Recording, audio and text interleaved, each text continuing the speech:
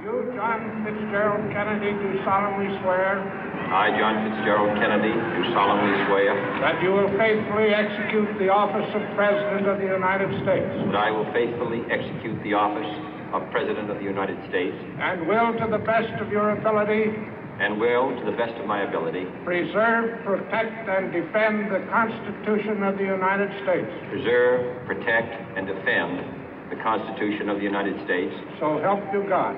So help me God.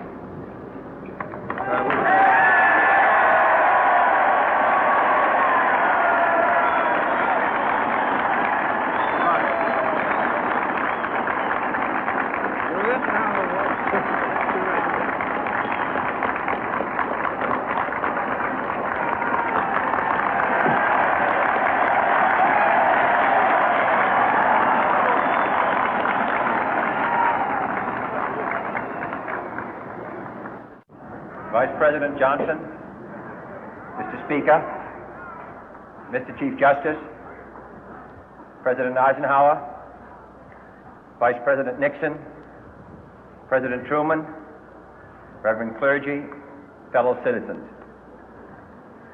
We observe today not a victory of party, but a celebration of freedom, symbolizing an end as well as a beginning, signifying renewal as well as change. For I have sworn before you and Almighty God the same solemn oath our forebears prescribed nearly a century and 3/4 ago. The world is very different now, for man holds in his mortal hands the power to abolish all forms of human poverty and all forms of human life. And yet the same revolutionary beliefs for which our forebears fought are still at issue around the globe. The belief that the rights of man come not from the generosity of the state, but from the hand of God. We dare not forget today that we are the heirs of that first revolution. Let the word go forth from this time and place to friend and foe alike that the torch has been passed to a new generation of Americans born in this century, tempered by war, disciplined by a hard and bitter peace, proud of our ancient heritage, and unwilling to witness or permit the slow undoing of those human rights to which this nation has always been committed and to which we are committed today at home and around the world.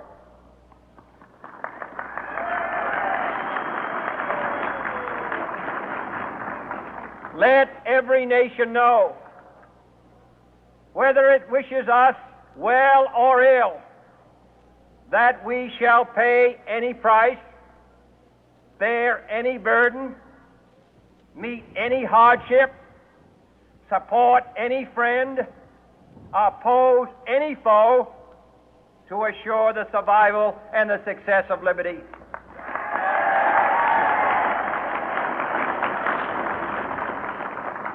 This much we pledge and more.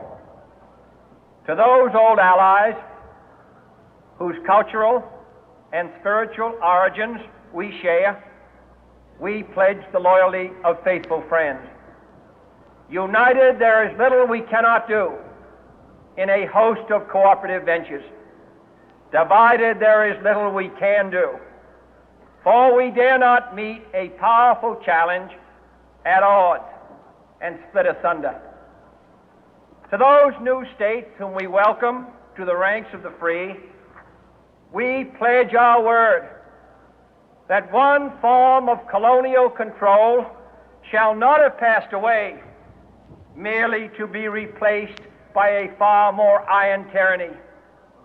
We shall not always expect to find them supporting our view, but we shall always hope to find them strongly supporting their own freedom, and to remember that in the past, those who foolishly sought power by riding the back of the tiger ended up inside.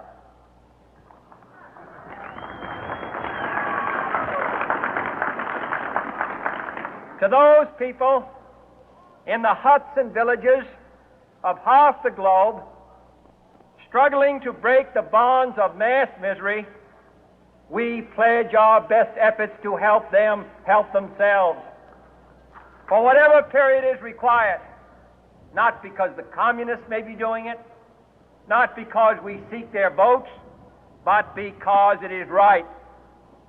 If a free society cannot help the many who are poor, it cannot save the few who are rich.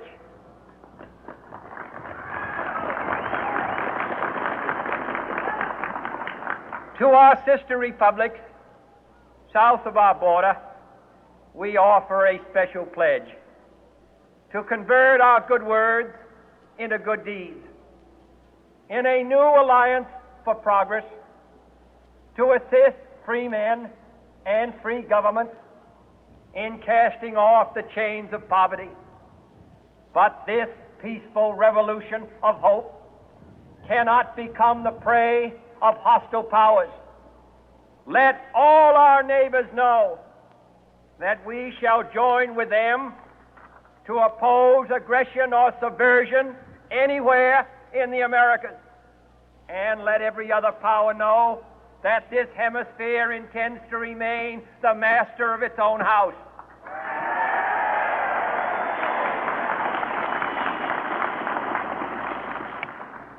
To that World Assembly of Sovereign States, the United Nations, our last best hope, in an age where the instruments of war have far outpaced the instruments of peace, we renew our pledge of support to prevent it from becoming merely a forum for invective, to